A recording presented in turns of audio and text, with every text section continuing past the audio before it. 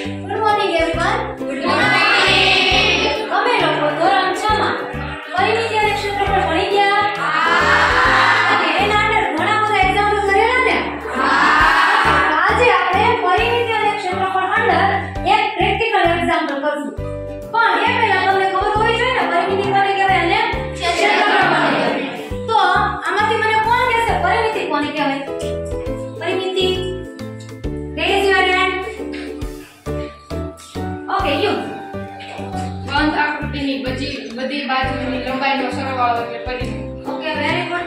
તો આ બુક છે. Okay. કેવા આકારની છે? લંબચોરસ. એટલે કેટલી બાજુ છે? 4. તો આ ચારેય બાજુઓનું માપ લઈને તમે ચારે ચારનો સરવાળો કરો છો તો તે આ બુકની શું મળે? પરિમિતિ. Okay, તો ક્લાસમાં કઈ વસ્તુની તમે પરિમિતિ શોધી શકશો? હાથ ઊંચો કરજો. You. Okay, બોર્ડની પરિમિતિ. You. Okay. પોસ્ટર. સૌમ્ય. બારણાની. રજ. બારીની પરિમિતિ. નાના આર્યન. બારીની ઓલે. ટૂંકમાં બારીની પરિમિતિ. You. હા, બેન્ચનું જે ઉપરનું પાટિયું છે તેની પરિમિતિ જો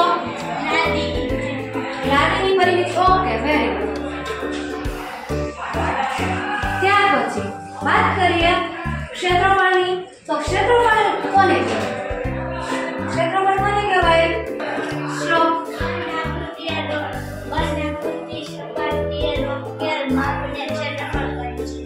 બંધ આકૃતિએ સપાટી પર રોકેલા માપને શું કહેવાય? હવે આ જ હું બેન્ચીસ ઉપર આમ મૂકું છું તો આની જે જગ્યા કવર કરી છે ને તેને શું કહેવાય? ક્ષેત્રફળ કહેવાય. ઓકે, ત્યાર પછી ક્લાસમાં જે વસ્તુ છે તેમાંથી તમે કઈ કઈ વસ્તુનું ક્ષેત્રફળ શોધી શકશો? કુંજ. લાદીનું ક્ષેત્રફળ. બ્લેકબોર્ડનું ક્ષેત્રફળ. પોસ્ટરનું. બારણાનું ક્ષેત્રફળ. શુભમ. બારીનું ક્ષેત્રફળ એટલે કે બારી એ દીવાલમાં કેટલી જગ્યા રોકેલી છે? ક્લાસરૂમ. હા, આખા ક્લાસરૂમનું ક્ષેત્રફળ. Very good. હવે આપણે લોકો એક પ્રેક્ટિકલ એક્ઝામ્પલ કરશું. આપણે અત્યાર સુધી ટેક્સ્ટમાં શું હતું? તમને લંબાઈ આપી દીધી હોય અને શું આપી દીધું હોય? આપણી પાસે બધું. આપણે ખાલી શોધવાનું શું? ક્ષેત્રફળ.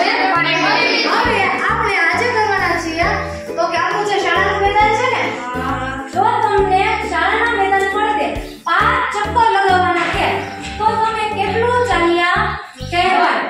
એનું પ્રેક્ટિકલ એક્ઝામ્પલ લેશું, કરીશું. તો ચાલો એના માટે કે જવું પડશે? ચાલો જઈએ.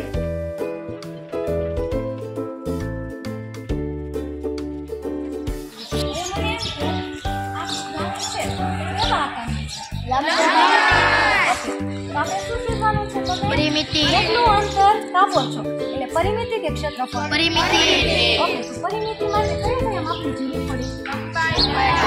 લંબાઈ અને પહોળાઈ. ચાલો તો લંબાઈનું માપ લેશે શ્લોક અને યુ.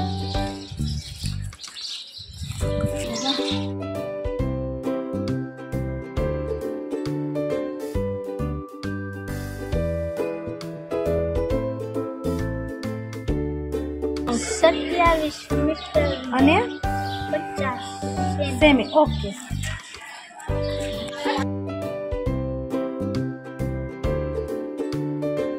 16 મીટર. નોટ કરો. ગ્રાઉન્ડની લંબાઈ આવેલી છે 27 મીટર અને 50 સેમી. અને પહોળાઈ છે 16.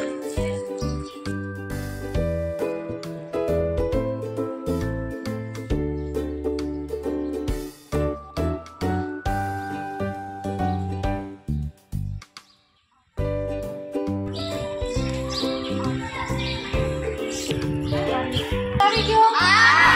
કેટલો આવ્યો? 87 મીટર. પરિમિતિ.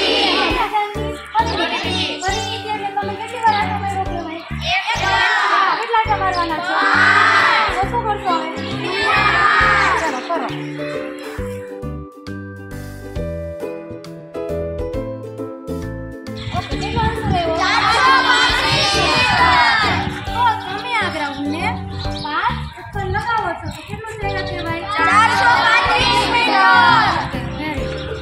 ચાલો હવે ક્લાસમાં સાંભળી લીધી. ફરીથી કઈ રીતે વપાય? ઓકે, હવે આપણે વ્યવહારિક જીવનની વાત કરીએ તો તમે એવું સાંભળ્યું હશે, તમારા પપ્પા એવું કહેતા હશે કે અમારું ઘર છે એ 200 વારમાં છે, 300 વારમાં છે. તો વ્યવહારિક જીવનમાં આપણે ક્ષેત્રફળ કઈ રીતે માપીએ? વારમાં. આપણે અત્યારે માપ શેમાં લીધું? મીટરમાં લીધું? ફૂટમાં લેવામાં આવે છે. શેમાં લેવામાં આવે છે? ફૂટને વારમાં, એકરમાં, હેક્ટરમાં કન્વર્ટ કરવામાં આવે છે. હવે જમીનનું ક્ષેત્રફળ હોય તો તમે શું સાંભળ્યું છે? એકરમાં, વીઘામાં, હેક્ટરમાં સાંભળ્યું છે? ઓકે. અને જે આપણે પ્લાસ્ટર કરાવીએ દિવાલમાં એમાં કઈ રીતે ખર્ચ ગણવામાં આવે છે? પ્રાસના આધારે. કોના આધારે? અત્યારે તમને ખબર નહીં પડે પ્રાસ, એકર, વીઘા, હેક્ટર, પછી ગુઠ્ઠા શું થાય, પણ આગળ